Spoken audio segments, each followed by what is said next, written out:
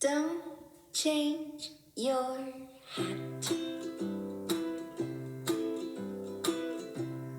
Don't change your love.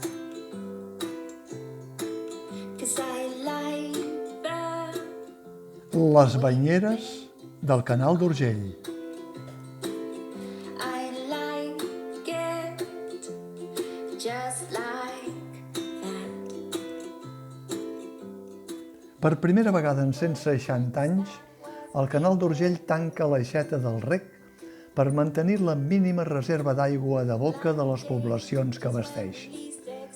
No sé què en pensarien els àrabs que van construir les primeres séquies del riu Segre i Corb. O què en pensaria el rei Carles I o el seu fill Felip I d'Aragó, que al segle XVI ja van fer els primers projectes per canalitzar l'aigua, sense èxit. Fins que no arriba al segle XVII, no hi ha un primer projecte de l'enginyer Bernardo Lana que proposa pensar en la construcció d'un canal. Però no serà fins al 1853, per tant a mitjan segle XIX, que es consolida el projecte definitiu del Canal d'Urgell i no es rega la primera finca fins al 1862.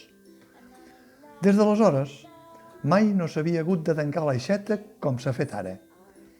L'absència de pluja encamina la situació cap a l'estat d'emergència.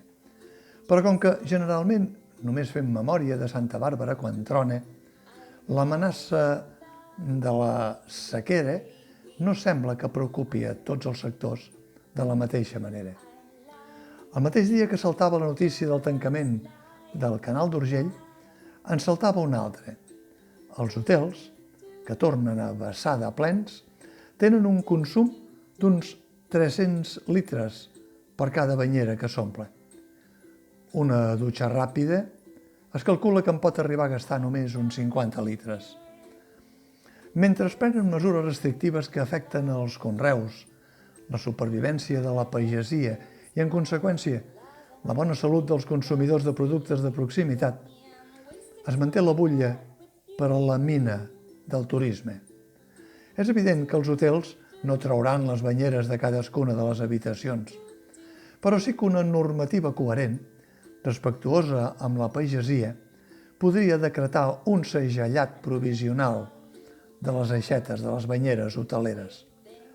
De segur que els turistes que s'allotgen en hotels catalans ho entendrien ecologísticament i potser fins i tot tindrien més pressa de tornar cap a casa per poder relaxar-se ben ensabonats a les seves banyeres.